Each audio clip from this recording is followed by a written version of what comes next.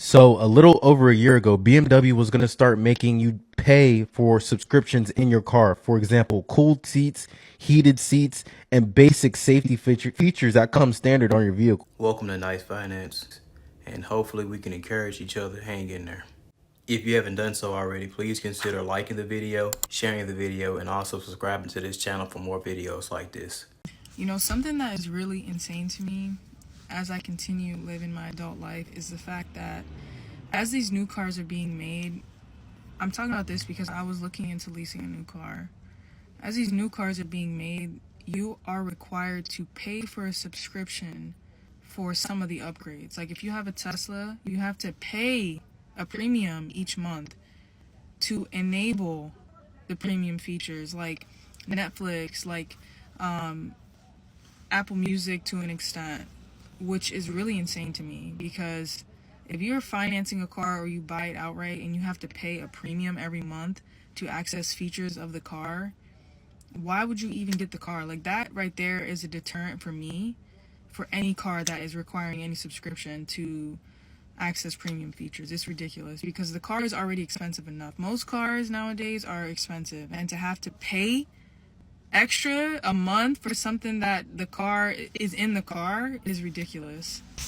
Car companies think they can be just like Apple, Netflix, your cable provider, even cell phone company. They want you to pay by the month, and I'm not talking about a monthly car payment.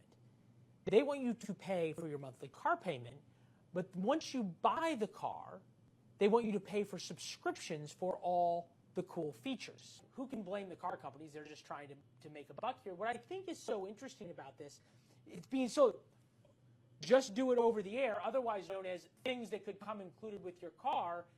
How much of this is figuring out that the consumer is, shall we say, price conscious? How much of this is that at the same time the prices of new cars have gone up so much, this is the only way for automakers to sort of raise prices without raising the sticker price? You know, everybody's trying to be Apple. That's what's going on. Everybody's trying to get a subscription and a monthly fee. But the reality of it is car payments have gone from, the average of $300 to $350 a month. They're now $700 and $800 a month. The consumer only has so much bandwidth, and they're not buying into it. And most of them don't want it, and it's actually insulting for the consumer because high beams. You're going to charge me to put high beams on automatically. I mean, these are things that historically were added to the car to get the consumer to come in and buy it. And now we're going to charge them for everything.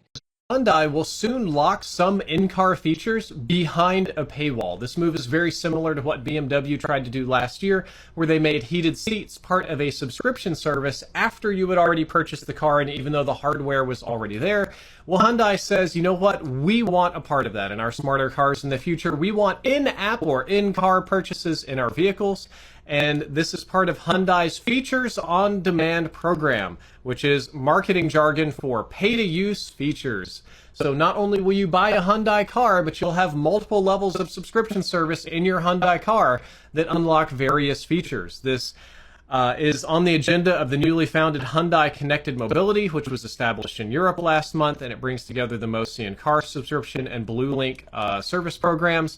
And I think that this is terrible. Terrible. Hyundai isn't exactly being forthcoming about what features they're going to roll out. The most common example is BMW's heated seats, but they're saying that I think it's exciting. It's going to bring new features into older cars is their marketing jargon. And the reality behind that is software updates could improve the performance of electric motors and batteries and stuff in some of their smart cars, but you can't download heated seats. You can't download a leather steering wheel. BMW got flamed for this horrifically. I don't know why. Well, I do know. We're about to get to why. You would say if the feedback is so bad, why would any car company do this? Well, marketing firms are estimating that in-car automotive features are going to be worth about an extra $4.3 billion to the industry by 2026, so a year and a half from now. And by 2030, in-car purchase features are going to be worth over $20 billion. Which is insane. And I promise you, as much as I love EVs and efficient vehicles and good stuff, I will go buy an old beater diesel truck and I will burn fossil sauce and pollute the environment until the end of time before I have a subscription service for a car that I've already bought. If I am buying a car, why the fuck am I buying a subscription service to said car? part of the car?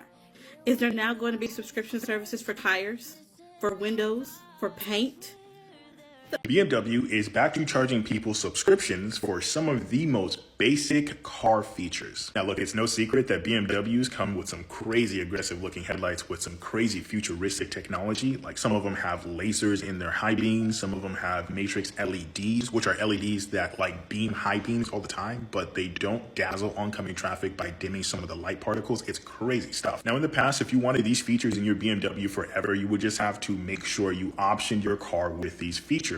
And that's still the case today, but BMW is now starting to look at that in a slightly different way. Now including all the hardware and the software for all these features to work on every car, but if you didn't spec these options into your car when you first bought them, they're allowing you to get these features activated through software by paying a subscription service. And now one of their most advanced pieces of technology is becoming a part of this subscription model. It's called High Beam Assist. And yeah, it's exactly what it sounds like. It's just auto high beams. It automatically turns your high beams off when you see oncoming traffic and then turns it back on when the traffic passes by. So you don't have to do it manually. You know, I'm making fun of BMW here, but I also have to point a finger at Audi because they're doing a very similar but slightly different thing where they're selling wallpapers on your car for like $13 to $14, which is the most ridiculous thing I've ever heard. If you guys see my video about that, I don't know who thought of this in the boardroom. I think I speak for all car enthusiasts when I say this.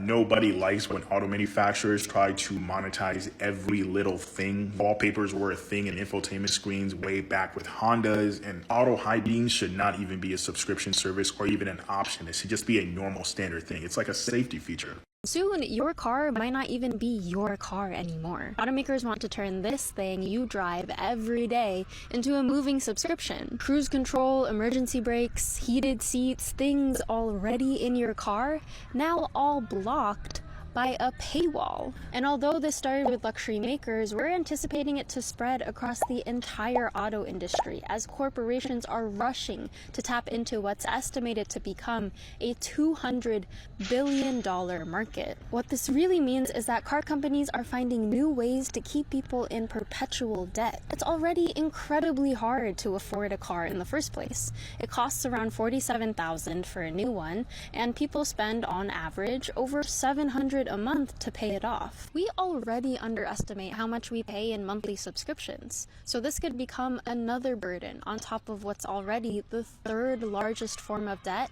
in America. As showcased in those videos, we are facing a time that we've never seen before in this country. We are all in this together, and we definitely should prepare and get ourselves ready because it could definitely get worse before it gets better.